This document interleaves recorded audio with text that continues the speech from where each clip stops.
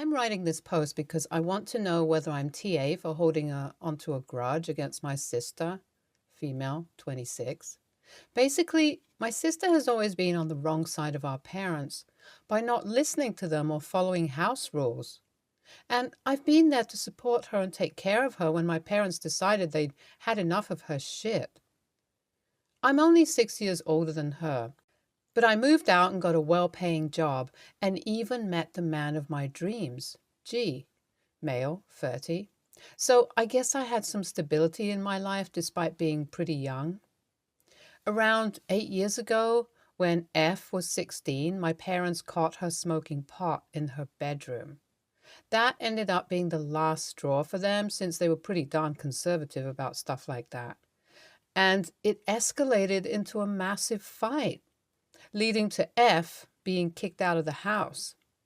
I stepped in to make sure my little sister didn't end up homeless. I loved both her and my parents, and doing that definitely caused some friction between me, mom, and dad. But I couldn't bear to see F kicked out like that for something which I believed wasn't the worst thing in the world. I mean, she was just smoking a little pot, to be honest. So I told her that she could move in with me and G, and I'd also try and smooth things over with our parents. She was really happy to hear this, and things went great for a while. For a whole year, F was a great housemate to have. She respected G and my boundaries, did chores, and it was fun having my little sister around. However, after my husband and I had our child, H, male, 7, things began to get a little tough at home. While we were doing quite well financially, I had to travel often while G had to go abroad for an extended period on a research fellowship. Due to this unfortunate work situation, I would either have to bring H with me to work or hire a babysitter. F wasn't at home in the morning and afternoon due to her school, and in the evenings she would work at her part-time job. So it wasn't really on her to take care of her nephew. However, she later told me that she was planning on quitting her job to focus on her art career. She made money by selling commissions online and also used up all her savings to get some expensive gear. I was in support of her exploring her creative side and becoming independent, and I guess I also selfishly thought that her being at home might be a way to leave H at home safely. However, F was adamant that being at home didn't mean that she was messing around, and also claimed that she was too young to take care of H. I could kind of see her point of view, and since H was only a year old at the time, perhaps she couldn't take care of a little toddler. However, G wouldn't be permanently back in the States for a while, and I still needed someone to help out around the house, or at least take care of H for a few hours if it was ever needed. Since F was at home anyways, I thought it could work. But she said, "OP, I'm holed away in my room working on commissions. I don't even know how kids work. I can't be of any help."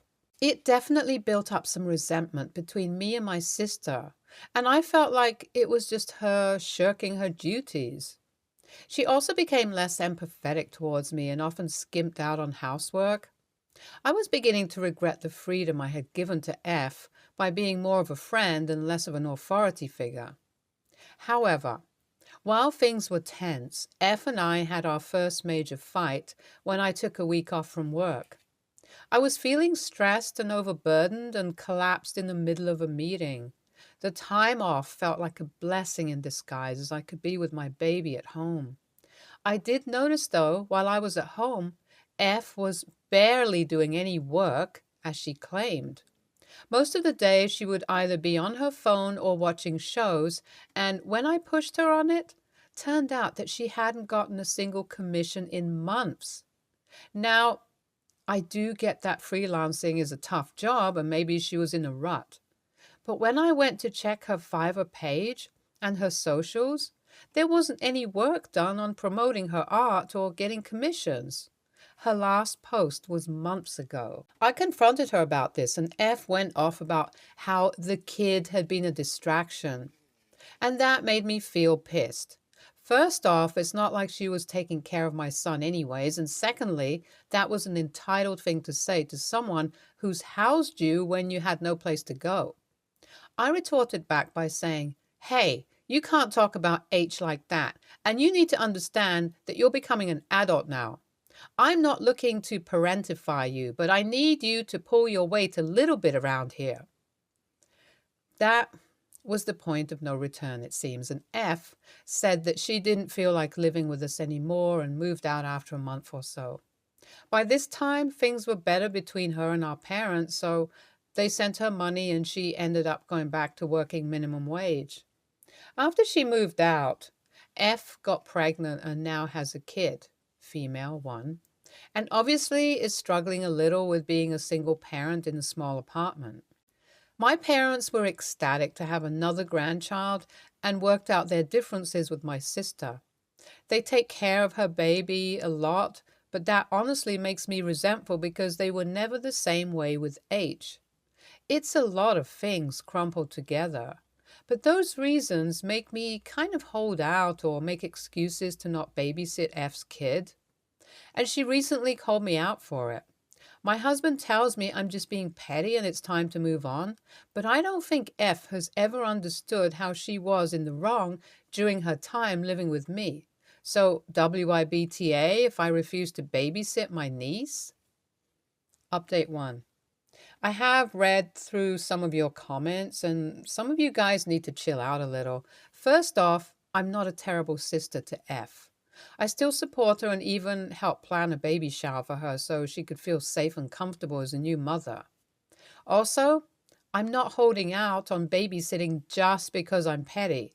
I do genuinely have too much stuff going on, and sometimes I need to take care of H too. Although G is back from his fellowship, he's still working hard and can't always be at home. It's just that I'm not necessarily going out of my way to make time to babysit my niece. However, I do think I need to talk to F after she called me out about not being able to babysit her child. I guess I need to express where this behavior is coming from and demand an apology from her. Only then do I think I would be able to move forward. Update 2.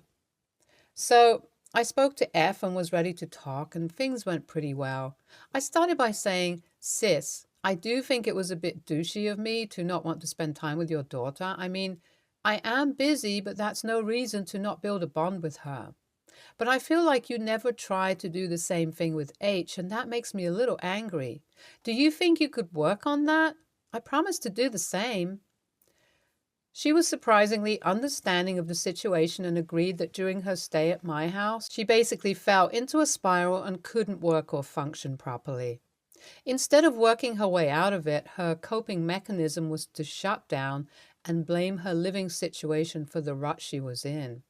She regrets moving out hastily as she did and says that she was in a tough spot ever since then. However, her daughter has given new meaning to her life and she's trying to better herself for her kid. It hurts me that I missed out on this growth with my sister because of our fight, and I know that she's trying her best and is working towards improving. So I should be there for her too. F and I have reconciled and we're going to become a much more close-knit family. During all this time, our parents have been playing both sides, but I don't blame them. After they made up with F and took on the task of helping out with parenting, they also tried to keep themselves in my good books. I had a heart-to-heart with them about how I don't feel like they ever really involved themselves when my kid was born, and they reasoned that I was already well sorted, and F needed more help than I did. Both my sister and I thought this was a pretty damn stupid line of thought and told them the same. And it did get through that it was a pretty toxic thing to do. So my parents have also promised to become more equal as grandparents. Honestly, everything seems to have come together pretty well, and I'm happy that the family's no longer fragmented. I fully admit some of it was due to my stupidity, and I will be better from now on. Anyhow, our first step forward is going to be a play date between H and my sister's child, and we'll both take a day off to spend some quality time with them. Update 3. I'll keep this short, but oh my god, the play date was so fun. F and I worked well as a team. My husband was also chipping in, and the kids were super well behaved. It was straight out of a feel-good movie. I feel like there's mutual respect and understanding in the family now, and my sister and I will both work towards helping each other as new parents. YTA, your sister was right. She was too young. I do think it's valid to ask her to start doing more around the house or to show concern for her career, but you made it about your kid, which doesn't make any sense to me. I do think your sister was also kind of a douche, though. NTA, I think F capitalized on having a free place to stay and was coasting until you ended up calling her out. Yeah, she was young, but mature enough to help with the kid and also to at least have a proper dialogue with you if she felt like she couldn't do that. Next story. I, 17, female, will be celebrating my 18th birthday in a few weeks. In my culture, it's called a debut and is equivalent to quince or sweet 16. My mom, 43, female, didn't have a debut experience during her time, so she wants me to have a great one. She budgeted up to $60,000 for this event, booked the venue 11 months ago, and my initial dress fitting 9 months ago. Mom and Jay, 48, were both widowed and they had been married for 7 months. Jay has a son and 3 daughters with his first wife. They didn't move in together entirely after the wedding, but he would sleep at our place when my mom wasn't traveling. His youngest daughter, Mila, fake name, was also be turning 18 a few days before me. However, he didn't plan anything for her birthday. Over Christmas dinner, the topic of our birthdays came up, and my mom said that she doesn't have to worry about mine anymore because she planned it way in advance. Jay tried to get more info, but she chuckled and told him, I planned it way before we got married. She thought that was the end of it. But a few days later, my mom told me that he asked her if I and his daughter could share the day since our birthdays aren't that far apart. My mom said no, and that it will be inappropriate since our family and friends living abroad will be flying in just for the event, and she wanted the day to be all about me. She instead offered to help him and connect him to her events coordinator so he could start planning for his daughter's party within his budget, even on such short notice. But he refused and said he was not wasting money for such lavishness. My mom stood her ground and told him that her offer stood, but she would not change her mind on not sharing my day. Oh well. Step siblings came over yesterday to enjoy the amenities in our apartment building and for a barbecue when they saw the invitations and stationeries on the table as I was sorting them out when they arrived. Mom, Jay, and Stepbro were already at the pool by this time. Mila broke down in tears and begged me to convince my mom to let her share my party with her, since we are basically sisters now. I said, I'm sorry, but I'm not the one making plans, nor is it my money being spent on it, so it's not up to me. Her older sisters backed her up, and they even suggested that I test my mom by telling her that I wouldn't show up to my party if I couldn't share it with Mila. So I told them that they obviously did not know my mom, and that she isn't the type to test. All 3 of them then berated me and called me a stupid and selfish brat for not understanding that family should share and that I was a coward, weakling, because I couldn't stand up to my mom. I was shocked. I just walked out and stayed away from the rest of them all day. I still feel shaken by this, and knowing my mom, she will bring hellfire on them even if it costs her her marriage if I tell her, so I don't know if I should tell her.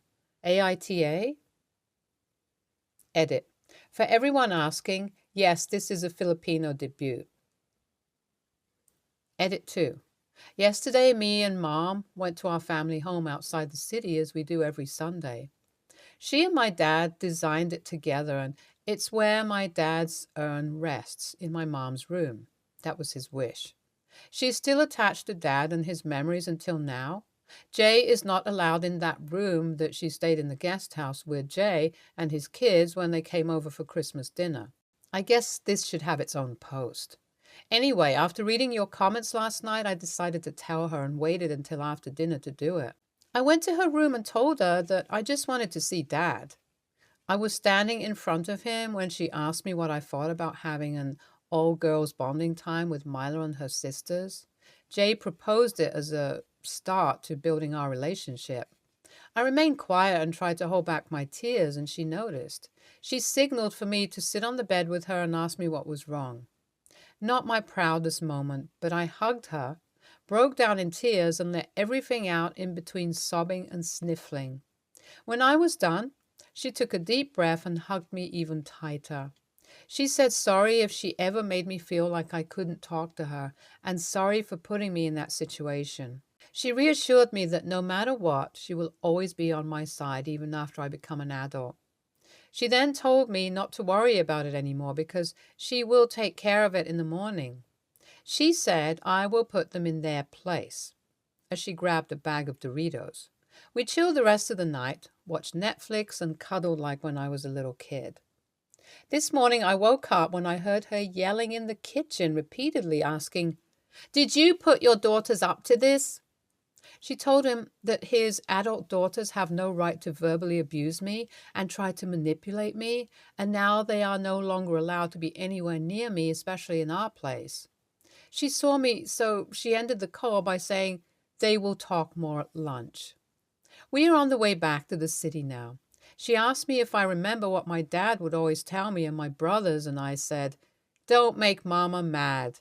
And she replied, "No more secrets. I will tell you everything and expect you to do the same." Edit 3.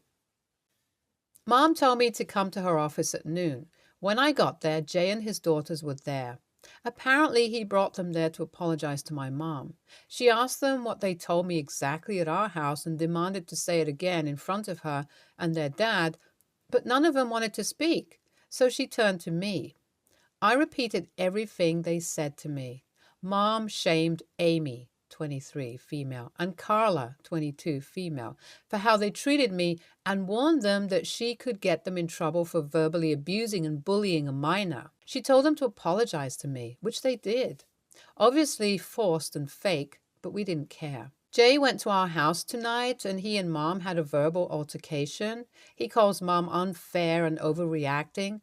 Mom tells him that although they agreed on not parenting each other's kids, that's why he spared Mila from her anger, but his adult daughters are no longer kids. He ended up leaving with his suitcase. NTA. Essentially, he didn't plan anything and expects your mom to fund her birthday by making you share it. His kids are no better because of how they reacted.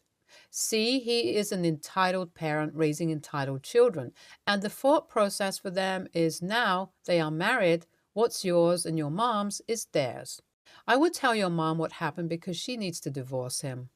Yes, I know that a $60,000 party does sound ridiculous and too lavish. I'm the eldest granddaughter on my maternal side of the family and the only granddaughter on my paternal side. Both sides of grandparents pitched in a combined total of $30,000, and my godfather, my dad's best friend, gave $10,000. Most of the people on the 500 guest list are my mom's guests from her work and business. Others are family, friends, and relatives from 2 countries, and less than 100 are actually my invites. This is also a 2-parts party with the cotillion ball and formal dinner for the first part and rave party for the rest of the night. Next story. I, 44, female, married my husband, 47, male, nearly 12 years ago and gained an amazing 5-year-old bonus daughter, Mary. Mary's mom died of cervical ovarian cancer when Mary was barely a year old. They didn't catch it until she was halfway into her pregnancy, and by then she didn't want to risk losing her baby by chemo, so she put off treatment until after birth, but by then they could only buy her time. Obviously, this was very traumatic for my husband, and Mary has been in therapy since before I knew her to help with that loss as well. Mary is now almost 17 and we're really close. I never officially adopted her, though I offered, but I never needed a piece of paper to tell me I loved her if she did come from me. We see musicals, take art classes, go shopping, out for coffee, to get our nails done, go hiking, etc. together because we genuinely enjoy hanging out. She's the best and only kid I'll ever have. 2-ish weeks ago, Mary and I were at the nail salon when she nervously asked me to help her make an appointment with an OBGYN. Mary is almost never nervous. She told me immediately after she had her first kiss. So it piqued my interest, but I said of course I would, and asked if she had any specific issues or concerns. She has been dating a boy for about 7.5 months, so I thought maybe she wanted birth control. But she explained how she'd found and looked through some of her mom's hospital medical records, and it scared her enough that she wanted to get screened as soon as possible for cervical, ovarian, uterine cancer. She also asked that I not tell her dad right away because she didn't want to drag up any negative feelings. She wanted to tell him herself after she'd been seen. I took this as Mary wanting to be more independent and autonomous, so I acquiesced, made the appointment, and left it at that. This past week was her appointment, and at her request, I accompanied her to the office but waited in the car. Afterwards, she had a business card for a genetic counselor that the doctor recommended and was talking about possibly wanting to get a genetic screening to find out her cancer risk. When we got home, she went to find my husband in his study and they were in there for a while talking. When they came out, Mary gave him a big hug and then my husband asked me if we could speak in private. Once we were alone, he was so pissed off at me for not telling him about the appointment and keeping it a secret.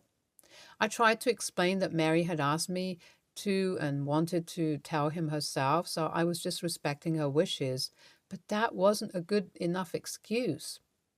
To him, she's still his child, and all doctor's appointments need to be run by him beforehand and not after it's been had.